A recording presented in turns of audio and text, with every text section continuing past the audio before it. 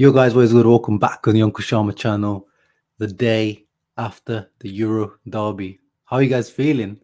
How are you guys feeling? Have you come down yet from that massive high? Of course, we're still recovering from this 2-0 win against the Cousins. But we got to remember one important thing, guys. One important thing. In the words of the late Kobe Bryant. 2-0. What's the story? Are you not happy, or you're only half happy, or Still to be happy about. you're up 2-0? Job's not finished. Job finished? No, I don't think so. Okay. Job's not finished. I mean, it's exactly how the interview there says to Europe 2-0. Job's not finished. I mean, it's a very overused, it's a bit of a cliche, especially in sports. I bet Americans watching, if you're familiar with basketball, bet this interview is used all the time.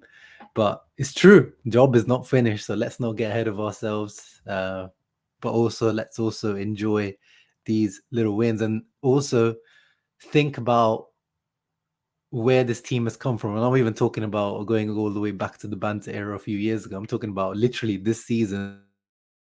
Think back to 2 months ago when Inter lost to Spezia away. These were the scenes that these Inter players were facing. Anger, disappointment from the Inter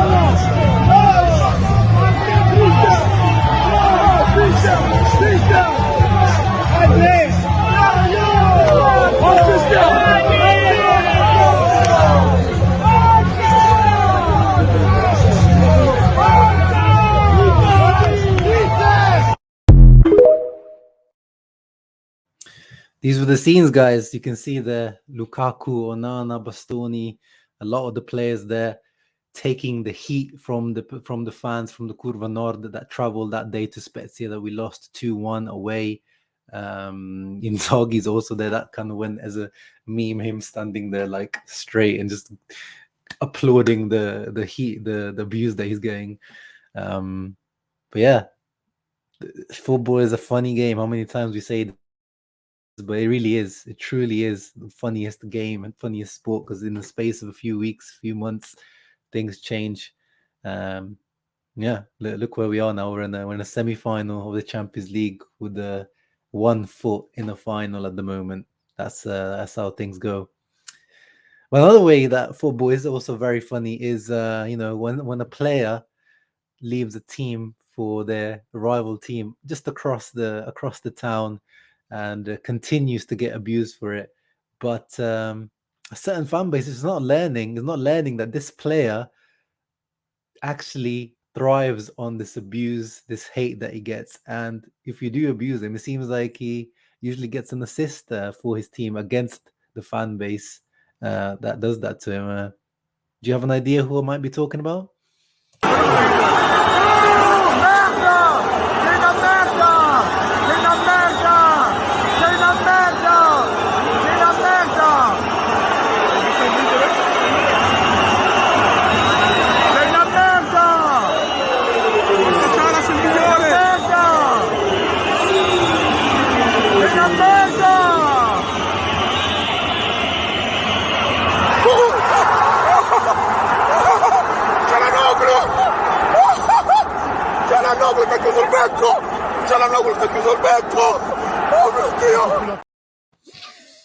They just never learn. They never learn, do they? The Milanisti.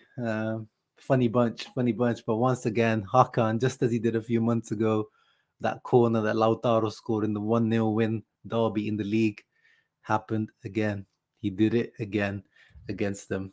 They just gotta learn. Don't abuse this guy when he goes up to take his corners. They call him corner man. They know how good he's on corners. So don't rile him up, because he's gonna take some killer corners. But going back to last night, the game last night, I watched the video today by a channel called Football Made Simple. Great channel, by the way, who makes these kind of tactical breaks down. He kind of showed where Inter just, Inzaghi completely overshadowed and dominated purely tactically. Milan's, they employ quite an aggressive, energetic man-to-man pressing system, but it's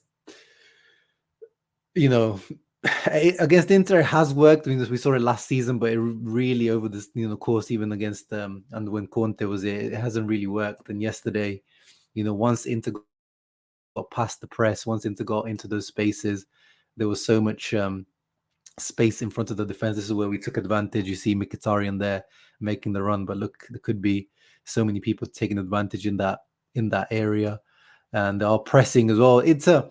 We're not the most fierce pressing team.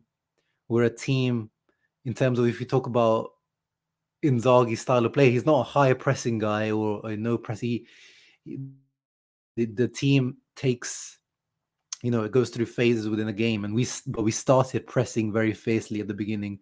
We have one of the best, if maybe the best pressing number 9 in the world, Lautaro Martinez, but Dzeko also did a great job yesterday, and this graphic illustrates that all the options are available for the Milan players, apart from the central ones, but they know they're going to be pressed.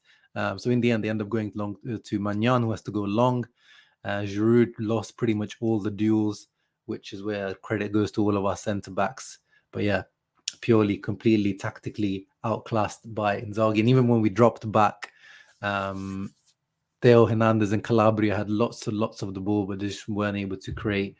So completely nullified Milan yesterday.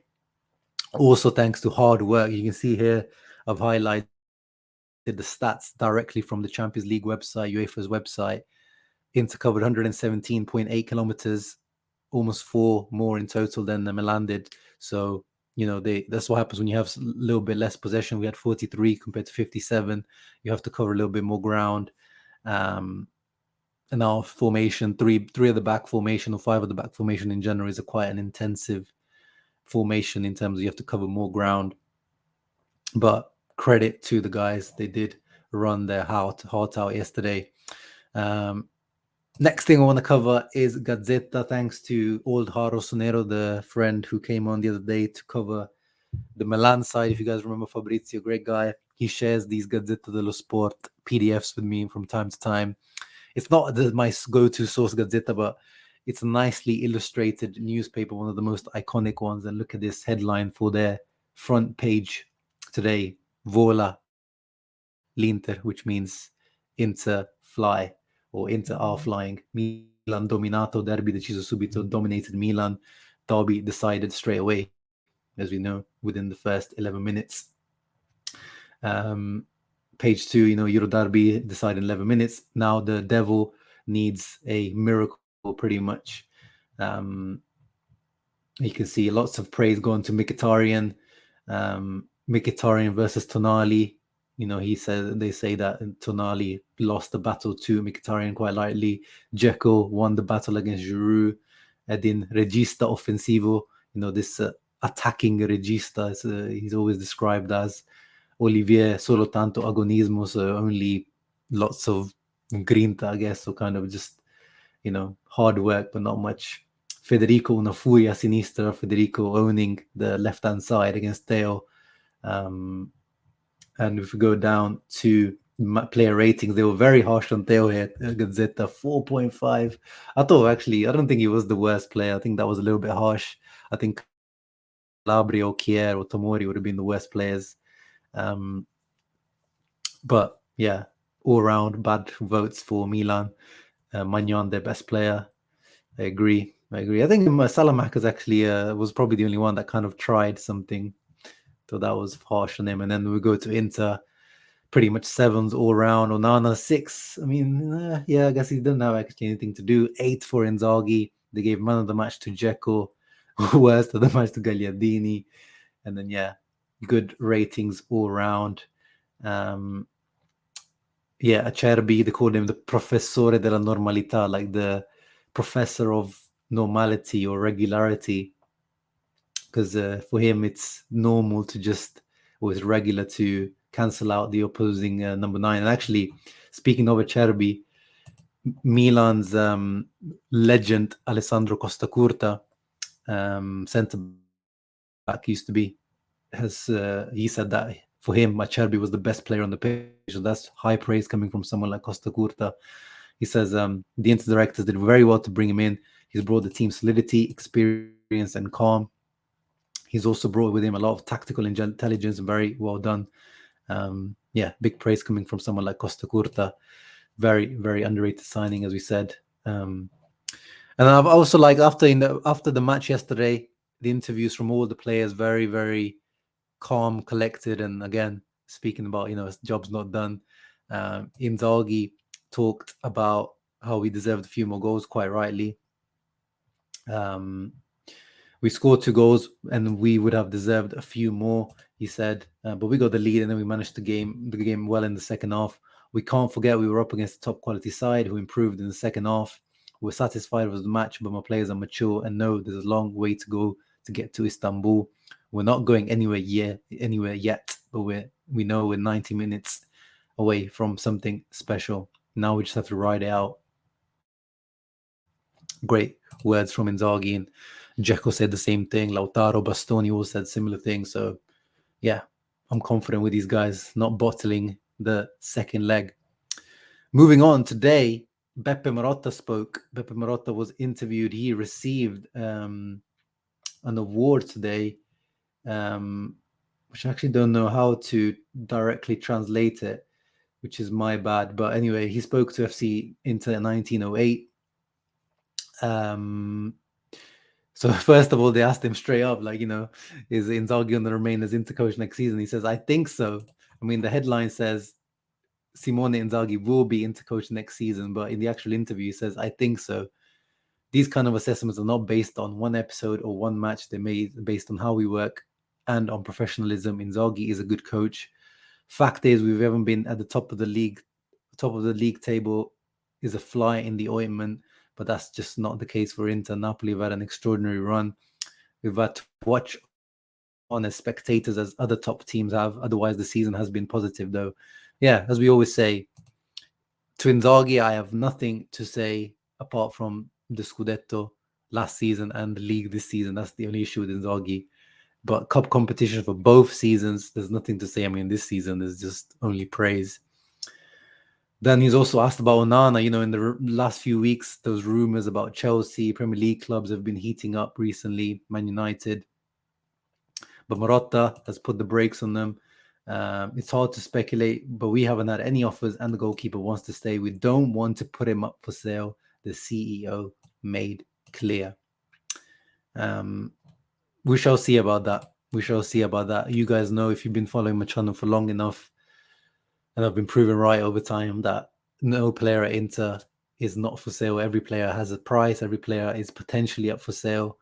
But also, as the ownership and directors proved last season, it's not necessary. The price demands are high, like we did with Skriniar. In the end, maybe that one did bite us in the back of the hand, but we didn't, bend down for PSG just because they came calling, and it would have been good for us financially. So let's see what happens. And obviously, at the end, the free transfers yesterday, Mkhitaryan and Dzeko came through, didn't they? So he's known as the free transfer king from back in his Juve days, and he's continued that reputation. Speaking on the free transfer, he said, this is a model that we've adopted as part of our objective to be financially sustainable. Along with Auxilio and Bachin, I've looked for a profile who cost nothing but top players. I'm also referring to Onana, Cherbi, and Darmian in that sense. These kind of elements can also have a positive financial impact. 100%. The thing is, only you can't build a whole team on these older free transfers. So hopefully this summer, Beppe, you've got something a little bit more fresher, younger cooking for us. But yeah, guys, that was it for me today.